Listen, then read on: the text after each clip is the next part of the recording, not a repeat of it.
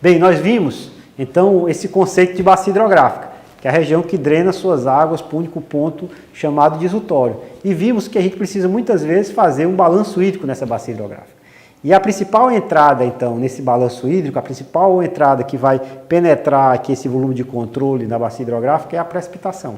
Então vamos dedicar um pouco mais de tempo sobre a questão da precipitação. O primeiro ponto importante sobre a precipitação é que a gente vai ter alguns conceitos ligados à altura de água precipitada, duração da precipitação e intensidade da chuva. O que é a altura de água precipitada? É a lâmina total que ocorreu num determinado tempo, durante um determinado tempo. Então por exemplo, a gente ouve falar que choveu na cidade de Fortaleza 100 milímetros no dia de ontem. Então isso é exatamente a altura de água precipitada. A gente diz assim, o total anual de precipitação em Fortaleza é de 1.400 milímetros. Então isso é a altura de água precipitada num determinado ano. Outra informação que a gente utiliza muitas vezes é na região amazônica, tem locais onde nós temos mais de 3.000 milímetros de precipitação anual. Isso também é a altura de água precipitada.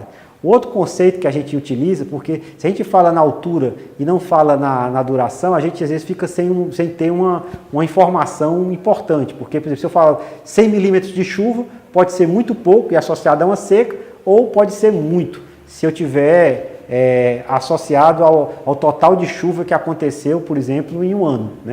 100 milímetros de chuva de um ano não é nada, é muito pouco.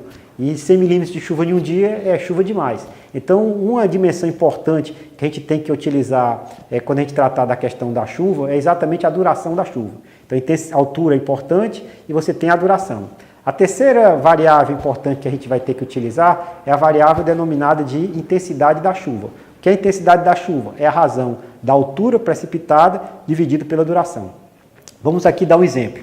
Choveu 100 milímetros, tá certo? Em 10 horas na cidade de Fortaleza. Então, 100 milímetros em 10 horas, a intensidade de chuva é de 100 dividido por 10, ou seja, 10 milímetros por hora. Então, esse é o conceito de intensidade da chuva. Altura, duração e intensidade são variáveis que estão relacionadas, então, por essa equaçãozinha, I igual a P dividido por D.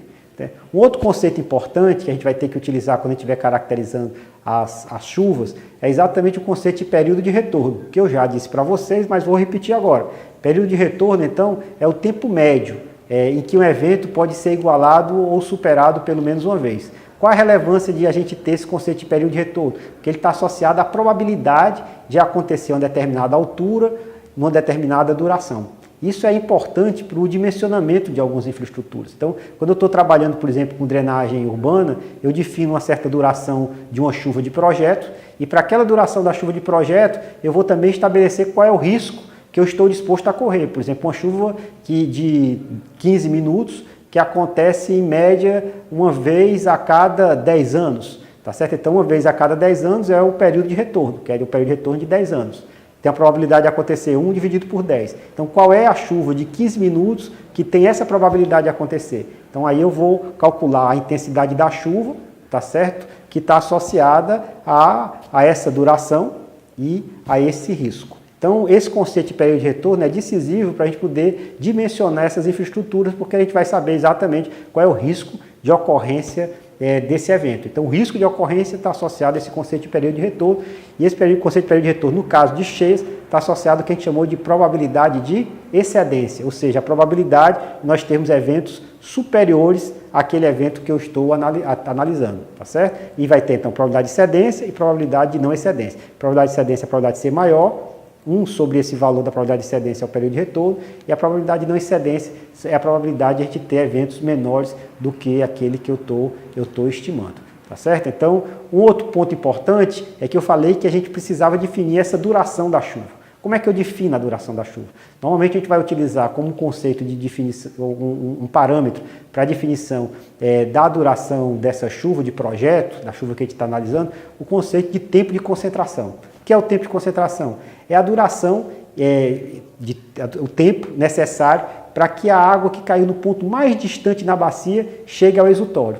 Então a água que caiu no ponto mais distante da bacia, ela vai ter que viajar a bacia toda, viajar todo o rio principal e chegar a esse exutório. Esse tempo que ela demora para fazer essa viagem é o que a gente chama de tempo de concentração, e normalmente é esse tempo de concentração que nós utilizamos como sendo a duração da chuva de projeto. Tá certo? Então, a gente vai ter algumas equações que vão relacionar a intensidade da chuva, a duração da chuva e a frequência da chuva, que são chamadas equações de intensidade, duração e frequência, ou equações IDF.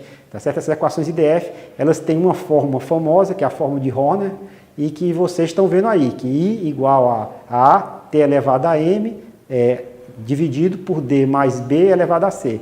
O I é a intensidade da chuva, o T é o período de retorno e o D é a duração da chuva. A, M, B e C nessa equação são exatamente parâmetros que a gente vão ser parâmetros característicos da precipitação em uma dada região. Um exemplo desse tipo de equação é a equação de chuva de Fortaleza, que vocês também estão observando aí. Então a chuva ela é extremamente importante para a gente poder fazer análise. Antes de partir para o próximo ponto, é importante ressaltar que eu falei algumas vezes em precipitação e algumas outras vezes em chuva. Chuva é a mesma coisa que precipitação? Precipitação é a mesma coisa que chuva? Cabe dizer para vocês que existe uma diferença entre chuva e precipitação. Chuva é exatamente a precipitação que vai a transferência de água na forma líquida, tá certo? Entre a atmosfera e a superfície. Isso a gente chama de chuva. Precipitação são todas as formas de transferência de água da atmosfera para a superfície. Então, chuva é uma forma de precipitação, como também é uma forma de precipitação o granizo, como é uma outra forma de precipitação você ter a neve, como é uma outra forma de precipitação você ter o orvalho. Então, a classe é exatamente precipitação e a espécie é a chuva, ou é o granizo, ou é a neve, tá certo? Então, eu estava usando aqui de forma indistinta, tá certo? Mas cabe a gente fazer essa sinalização. Por quê? Porque a forma de ocorrência em nossa região mais frequente de precipitação, usual, é a chuva, tá certo? Se tivesse, por exemplo, no hemisfério norte, uma região que tem muita neve, a forma de precipitação já não seria mais a chuva, a gente teria que saber o total de neve que precipitou em um determinado momento.